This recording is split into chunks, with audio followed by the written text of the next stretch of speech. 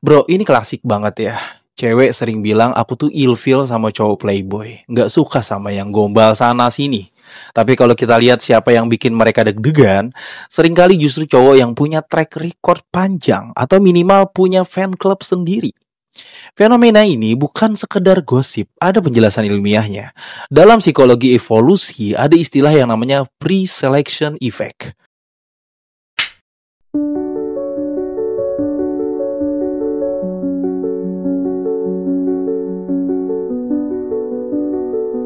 Hai, assalamualaikum warahmatullahi wabarakatuh. Buat kalian para pejuang cinta yang mendengarkan podcast ini, semoga selalu dalam perlindungan dan rahmat oleh Tuhan Yang Maha Esa. Bro, kita semua udah sering banget denger kalimat manis dari bibir seorang wanita. Aku tuh gak peduli fisik, yang penting hati. Aku tuh setia kok, gak pernah lirik cowok lain. Aku tuh gak suka drama, pengennya hubungan yang tenang-tenang aja. Kedengerannya indah ya, tapi kalau lu cukup lama hidup di dunia ini, lu bakal sadar banyak hal yang diucapkan cewek itu kadang gak selaras sama yang dia lakuin. Bukan berarti mereka jahat, enggak, justru ini menarik karena manusia itu kompleks, apalagi wanita. Kadang yang keluar dari mulut mereka itu versi diplomatisnya, versi yang aman buat didengar orang. Tapi di balik layar ada realita yang, ya kalau gue bilang sih agak munafik ya. Munafik bukan dalam arti agama, tapi dalam arti apa yang diucapkan gak sepenuhnya sama dengan yang dilakukan. Dan anehnya kemunafikan ini sering mereka tutup rapat seakan gak pernah ada. Padahal cowok yang peka pasti nyadar. Nah, gue bakal bahas itu. Di video kali ini gue bakal bahas 5 kemunafikan besar wanita yang kalau lu peka lu pasti nyadar kok. Nah, bagi yang penasaran, so mari kita mulai.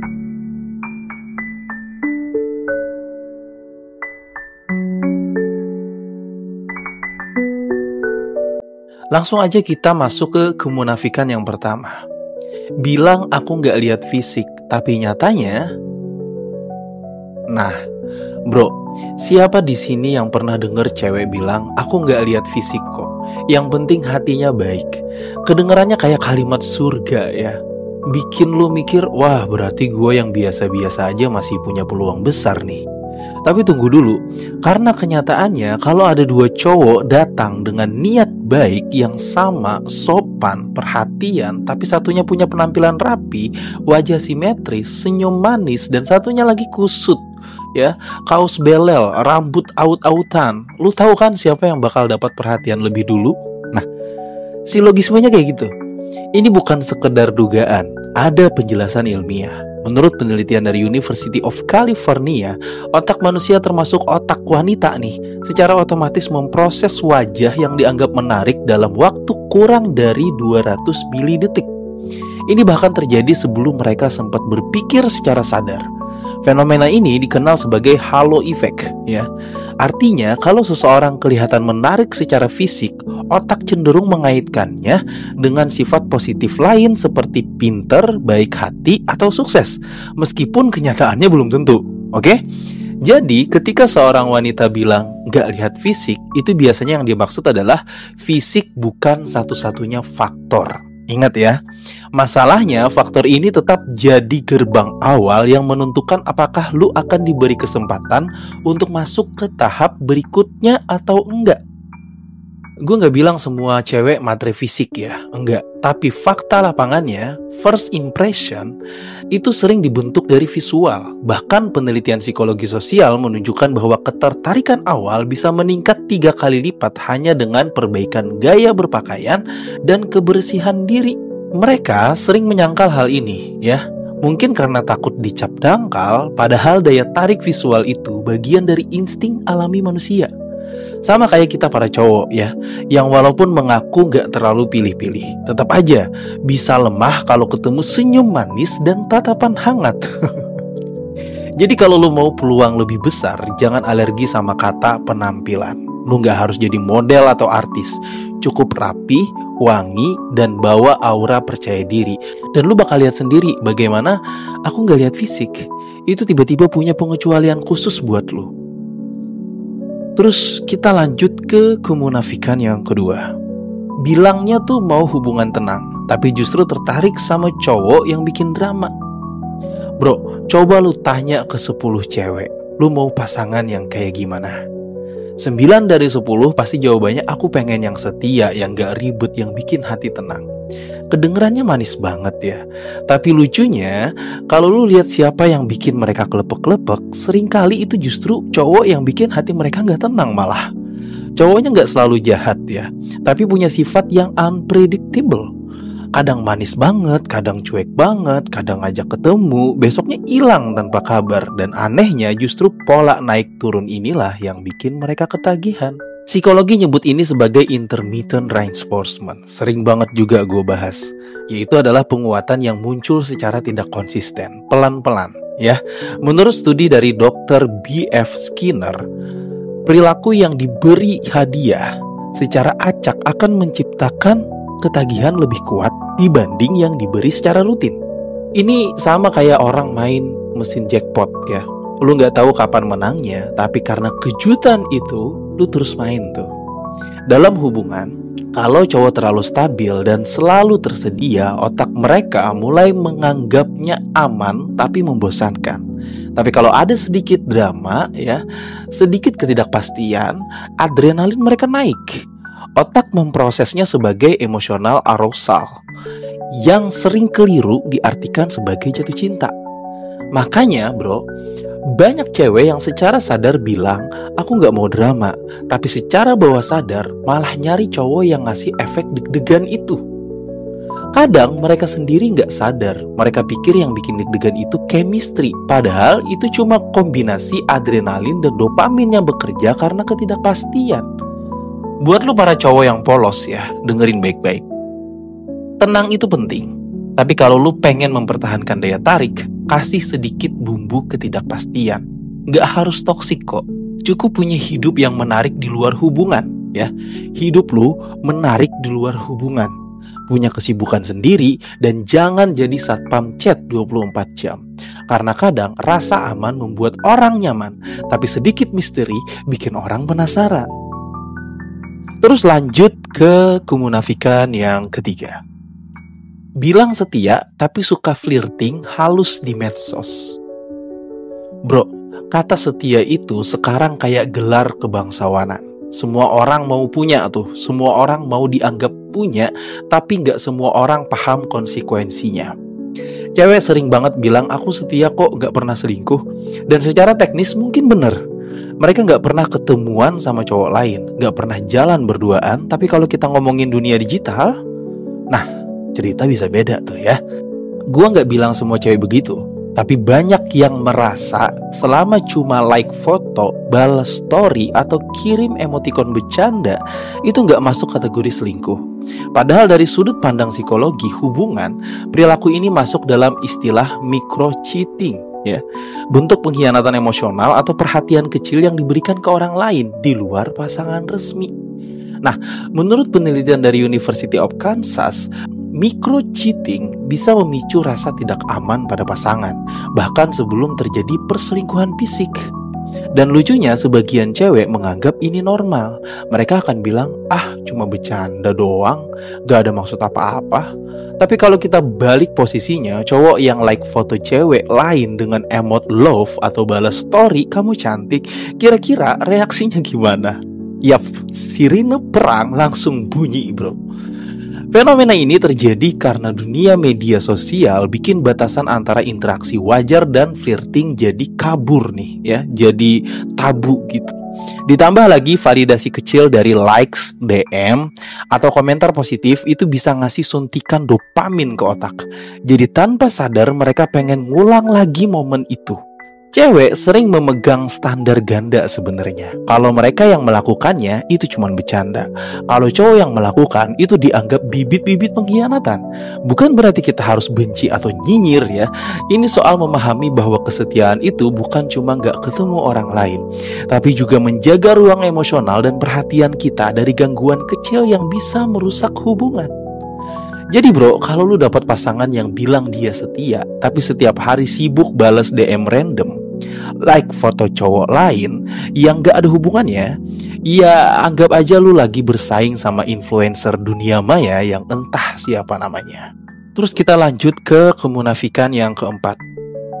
Bilangnya tuh benci cowok playboy, tapi malah tertarik sama cowok yang punya banyak fans. Ya ini sering banget kejadian. Bro, ini klasik banget ya.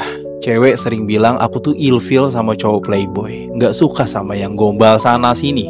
Tapi kalau kita lihat siapa yang bikin mereka deg-degan, seringkali justru cowok yang punya track record panjang atau minimal punya fan club sendiri. Fenomena ini bukan sekedar gosip, ada penjelasan ilmiahnya. Dalam psikologi evolusi ada istilah yang namanya pre-selection effect.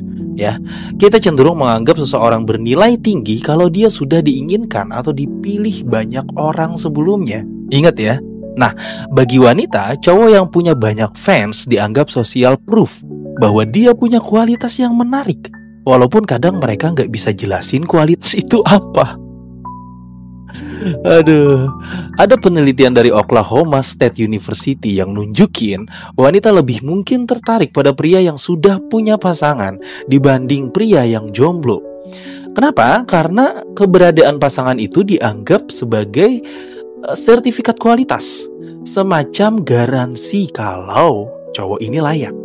Makanya kalau lu perhatian sama cowok yang punya reputasi playboy, justru sering dikejar bukan karena mereka suka disakiti, tapi karena secara bawah sadar ya, wanita tuh berpikir kalau dia bisa bikin cewek tertarik, berarti dia punya sesuatu yang berharga. Ya, simpelnya kayak gitu. Kadang mereka gak sadar kalau logika ini bertabrakan dengan ucapan mereka sendiri. Mereka bilang benci, tapi matanya berbinar kalau si cowok bermasalah itu datang, ya. Mereka bilang mau cowok setia, tapi deg-degannya justru sama cowok yang harus diperebutkan. Nah, buat cowok yang polos, ya ini pelajaran penting. Lu gak harus jadi playboy untuk menarik perhatian, tapi lu perlu punya value yang terlihat oleh orang lain. Entah itu dari prestasi, karisma, atau lingkungan pertemanan lu. Karena ketika orang lain memandang lu bernilai, daya tarik lu di mata cewek otomatis juga ikut naik. Jadi kalau selama ini lu merasa kalah sama cowok yang terkenal, punya banyak gebetan, jangan minder. Pahami strateginya, tunjukkan kalau lu diinginkan. Bahkan kalau yang menginginkan itu cuma hobi atau passion lu sendiri ya. Karena pada akhirnya persepsi itu segalanya. Dan kita sudah masuk ke kemunafikan yang terakhir. Ya, dengerin baik-baik. Bilang gak suka diatur tapi gak nyaman sama cowok yang terlalu pasif. Ya, kalian pasti sering terjebak dengan hal ini. Ini sering banget gue denger dari mulut cewek. Aku tuh gak suka cowok yang ngatur-ngatur hidup aku.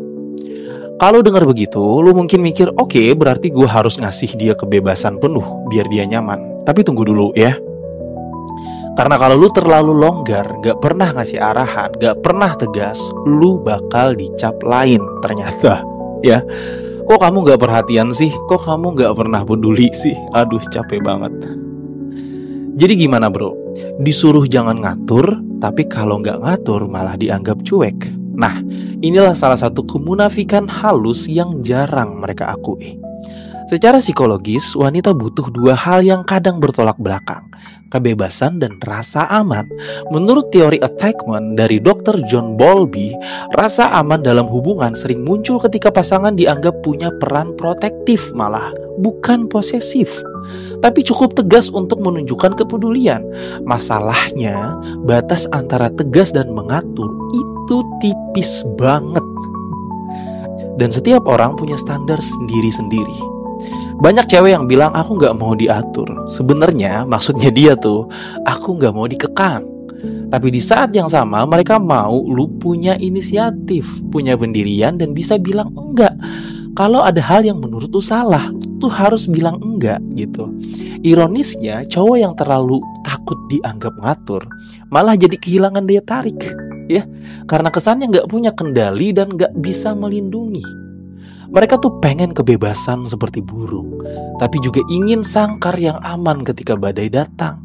Dan lu bro, ya harus bisa jadi keduanya tanpa bikin dia merasa terpenjara. Caranya, tunjukkan kepedulian dalam bentuk batasan yang sehat.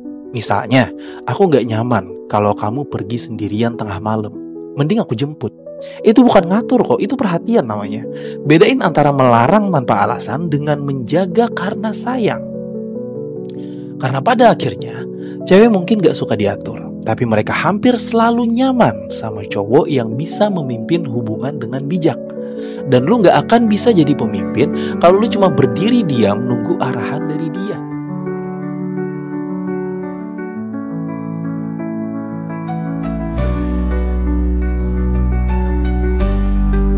Bro, setelah kita bongkar nih 5 kemunafikan besar wanita ya, gue mau lu ingat satu hal penting. Ini bukan bahan buat nyalahin cewek apalagi benci sama mereka. Kemunafikan itu bukan cuma milik wanita. Kita para cowok juga nih punya versinya sendiri. Bedanya bentuknya aja yang gak sama. Cewek tuh sering bilang gak lihat fisik tapi tertarik sama yang good looking. Tapi kita juga sering bilang gak butuh yang cantik banget, cuma yang baik doang. Lalu jatuhnya ngejar yang cakep duluan. Cewek bilang mau hubungan tenang tapi tertarik sama drama. Kita juga kadang bilang mau cewek setia tapi malah cari tantangan yang bikin pusing sendiri. Jadi bro, ini bukan soal mereka buruk, tapi soal manusia itu kompleks ya.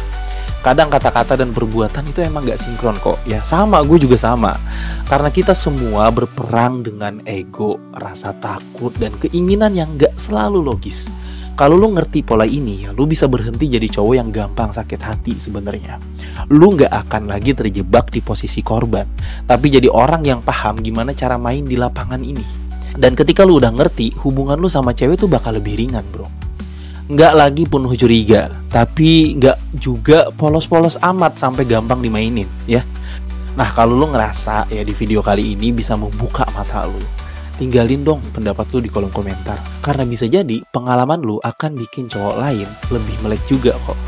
Dan bro, ingat satu hal ya, quotes terakhir dalam video kali ini adalah cinta itu bukan soal mencari manusia yang sempurna, tapi soal belajar mencintai manusia yang penuh kontradiksi. Oke, semoga apa yang gue sampaikan bisa menjadi manfaat buat kalian. Semangat para pejuang cinta, tidak ada unsur provokasi atau merendahkan gender tertentu. Semua narasi dan statement dalam video ini bersifat substansial dan kondisional. Semoga bermanfaat dan jangan lupa bahagia.